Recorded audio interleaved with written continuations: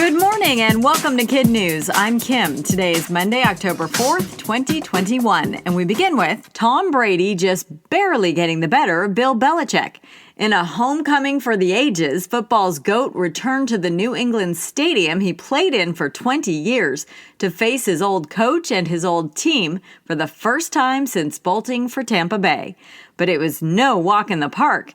The Patriots' rookie quarterback, Mac Jones, made the legend work hard for the win, right up until the last minute of the game. The final score, Bucs 19, Patriots 17.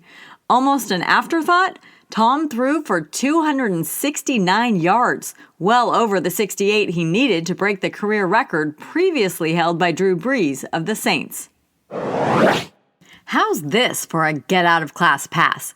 Last week, high school student Luke Stevens told his history teacher he'd be absent Thursday because Lin-Manuel Miranda, the creator and star of Hamilton, was coming to his house for lunch. According to NBC News, Ms. Rosner didn't entirely buy the excuse, so Mr. Miranda recorded a video with Luke as proof.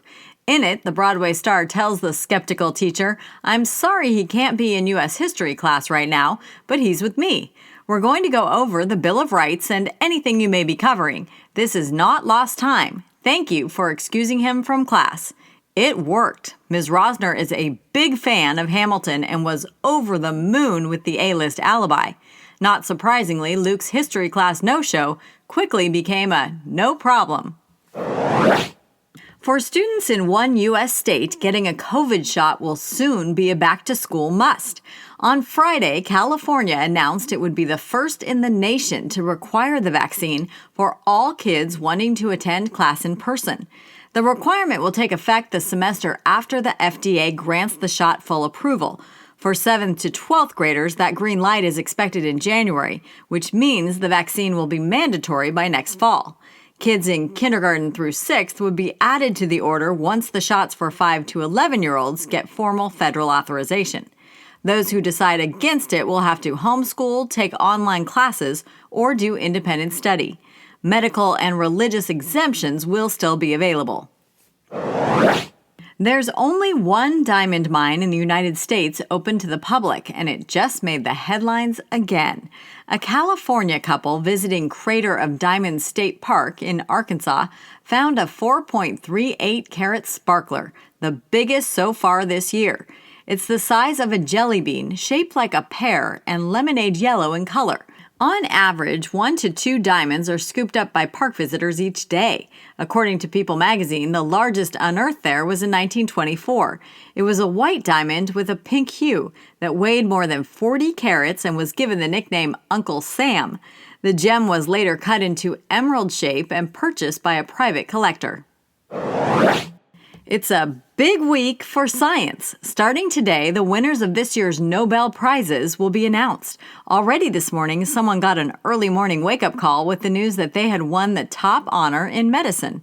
Tomorrow morning, the phone will ring for physics, and on Wednesday for chemistry. Literature gets announced on Thursday, and on Friday, it'll be the Nobel Prize for Peace. The World Health Organization and its work toward ending the pandemic is widely viewed as the favorite. But New Zealand Prime Minister Jacinda Ardern and climate activist Greta Thunberg are also high on the list of possible winners. In other KidNuz notes this morning, a big birthday for Jimmy Carter. The oldest living U.S. president turned 97 last Friday.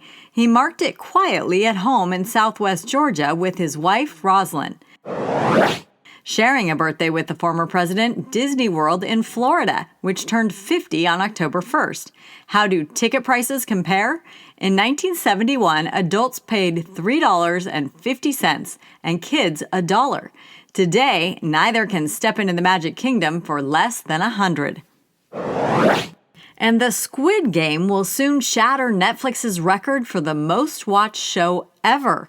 The series, whose premise has been compared to The Hunger Games, was released worldwide on September 17th and immediately shot to the top of the charts in 82 of 83 countries. Experts praise the show's realism to Korean culture and masterful writing. That's it for KidNuz this morning. Now, today's KidNuz quiz. Who taped a video excuse to get a Georgia teen out of history class? Hamilton creator Lin-Manuel Miranda. What state is the first in the nation to require COVID shots for all students? California. How big was the diamond just found in Crater of Diamonds State Park in Arkansas? 4.38 carats, about the size of a jelly bean. What prestigious awards get announced this week? The Nobel Prizes. In today's KidNuz Kicker, we've all seen dogs with long ears, but were they Lou the Coonhound long? Probably not.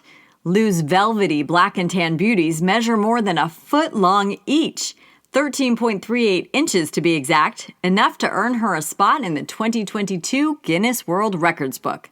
Coonhounds and bloodhounds are known for having long ears that drag on the ground and trap scents when they're on the hunt for something. But Lou? She reportedly only likes to track down glimpses of herself in window reflections. And, of course, people who will give those extravagantly long record-setting ears a hearty rub. Before we go, we want to shout out our teachers and their classrooms, starting with Miss Langhorst and her crazy students at Bergen Elementary in Fremont, Nebraska. Mrs. Siphone at William A. Carter in Middletown, New York.